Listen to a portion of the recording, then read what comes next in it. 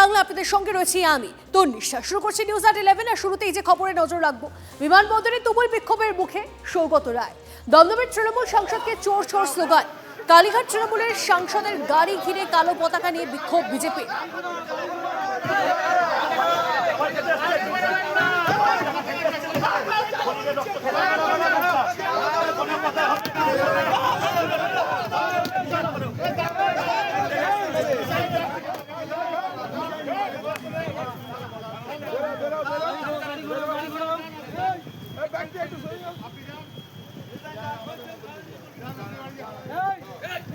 দুটো ছবি আপনাদেরকে একসঙ্গে দেখাচ্ছি।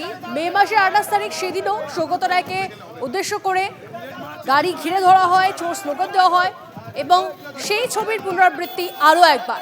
দুটো ছবি দেখছেন একসঙ্গে। একদিকে আগের ছবি আপনারা দেখছেন ডিম হামলা করা হয়, আর আজও চোর স্লোগান সৌগত রায়কে।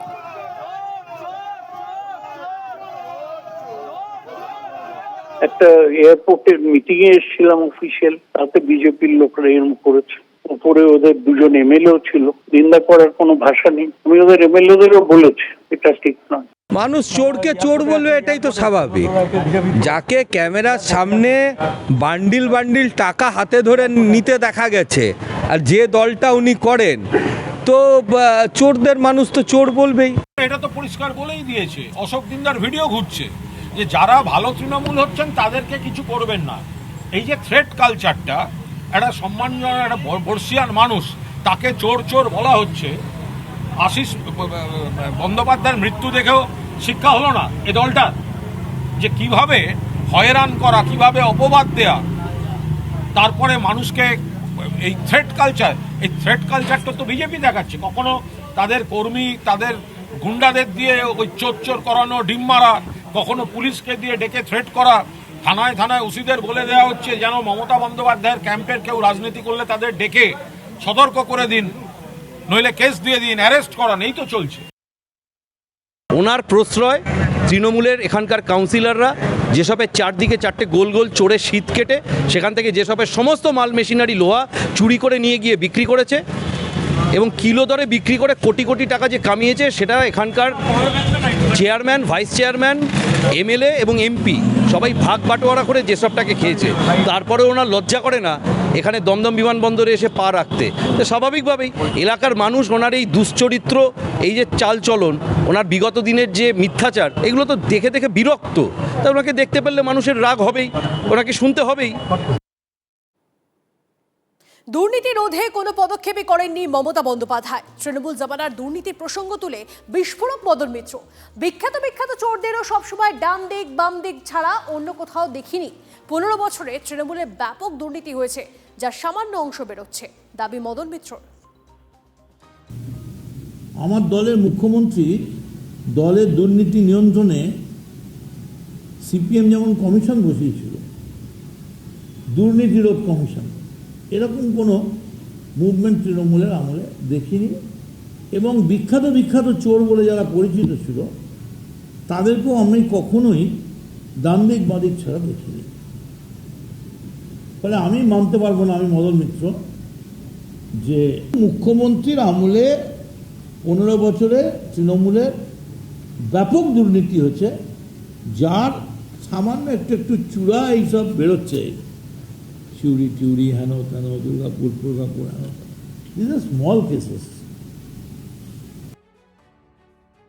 কারা কারা কি বিষয় ছিল, তো সেগুলো তো সব একসঙ্গেই তৃণমূলের সঙ্গে মমতা বন্দ্যোপাধ্যায়কে অস্বীকার করে তারা তো কেউ নতুন শিবিরে যাচ্ছেন, কেউ নতুন দলে যাচ্ছেন। তো সুতরাং এই কথাগুলো আসে কি করে?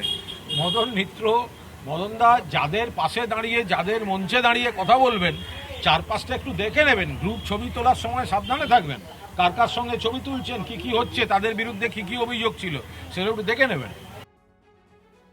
আইপ্যাকের ফাইল চুরি মামলায় সিবিআই তদন্তে আপত্তি নেই মমতার। সিবিআই চেয়ে সুপ্রিম কোর্টে ইডি। রাজ্যের কোর্টে বল ঠেললেন মমতার আইনজীবী। পশ্চিমবঙ্গে এখন সরকার পরিবর্তন হয়েছে, কাকে দিয়ে তদন্ত বর্তমান রাজ্য সরকার চাইলে নিজেই সিদ্ধান্ত নিতে পারে। সুপ্রিম কোর্টে সওয়াল মমতা বন্দ্যোপাধ্যায়ের আইনজীবী মেনকা গুরুস্বামী। পুলিশ দিয়ে তদন্ত হলেও কারো কোনো আপত্তি থাকার কথা নয়। পুলিশ নাকি সিবিআইকে দিয়ে তদন্ত, সিদ্ধান্ত নেই রাজ্য সরকার, জানালেন বিচারপতি। সব পক্ষের বক্তব্য শোনা হবে জানালেন বিচারপতি। আগামী 2রা সেপ্টেম্বর মামলার পরবর্তী শুনানি। সুর বদলে হঠাৎ বিজেপিকে আক্রমণ ঋতব্রত তৃণমূলের বিধায়ক আখরুজ্জামানের। মানুষের প্রত্যাশা পূরণে ব্যর্থ বিজেপি সরকার। 2029-এ বিজেপিকে খুঁজে পাওয়া যাবে না দাবি আখরুজ্জামানের। নতুন সরকারকে সময় দেওয়া উচিত, কারণ মানুষ অনেক প্রত্যাশা নিয়ে সরকারকে নির্বাচিত করেছে। কিন্তু আমার যেটা মনে হচ্ছে যে মানুষের যে প্রত্যাশা ছিল সমস্ত প্রত্যাশা কিন্তু ফেলিওর হয়ে যাচ্ছে। তখন পুরোটাতে কিন্তু আমাদের সফলতা নেই। গত সরকারের যেগুলো ছিল নতুন বদল পুরনো যে জিনিস যখন হচ্ছে সেহেতু এটা আমাদের কাছে স্যাটিসফ্যাকশন নয়। বিজেপিতে তোলাবাজিতে ভরে গেছে, শুধু বিধায়ক নয়, নিচু স্তরের কর্মীদের যদি দেখেন, আপনি প্রতিটি থানাতে যাবেন দেখবেন বিজেপির এই গ্রুপ না হয় ওই গ্রুপ, মানে কত কে কার কাজ করে তোলা তুলবে।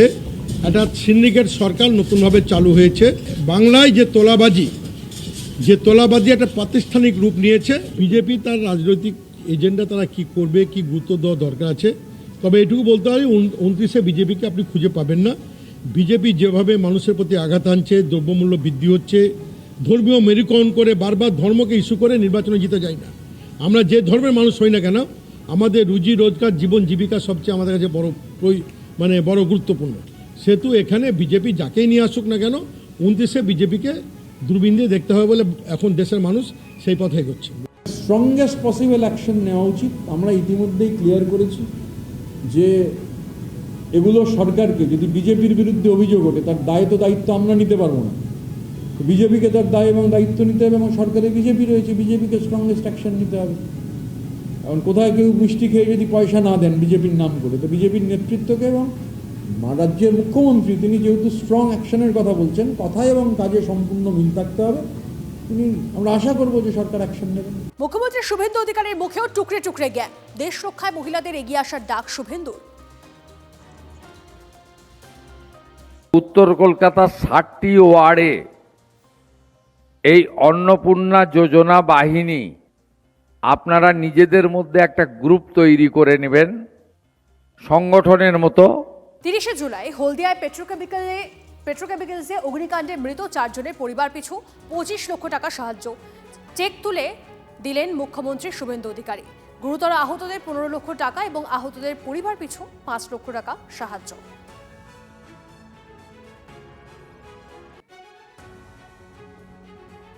এটা তো আমাদের সরকার এই 101 দিন ধরে করছে।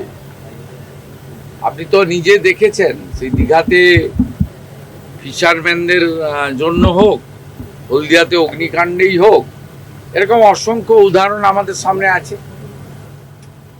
এমনকি মহিষাদলে একটা ছোট্ট নিষ্পাপ বাচ্চার উপরে যে আক্রমণ হয়েছিল, সেখানেও আমাদের জেলা আপনার ডিজাস্টার ফান্ড থেকে আমার নির্দেশে জেলা শাসক করেছে, সিএম রিলিফ ফান্ড থেকেও আমরা প্রচুর মানুষকে সহযোগিতা করছি।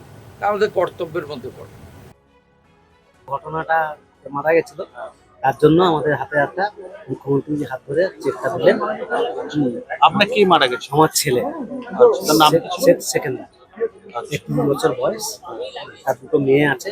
আমাদের ওই 4 জন পরিবারের মধ্যে 4 জনই পুড়িয়ে গেছে। মুখ্যমন্ত্রী আর কি বললেন? পাশে থাকার কথা বললেন? হ্যাঁ, পাশে তো থাকবে, উনি পাশে থাকার কথা বললেন। আমাদের ফ্যামিলির মধ্যে 4 জন পুড়ে গেছে, 3 জন সুস্থ হয়ে গেছিল, আর ছেলেটা মারা গেছে। আজকে এখানে এসেছিলেন, মুখ্যমন্ত্রী কি বললেন? কিছু বললেন না, আমাদের একটা করে চেক ধরে দিলেন।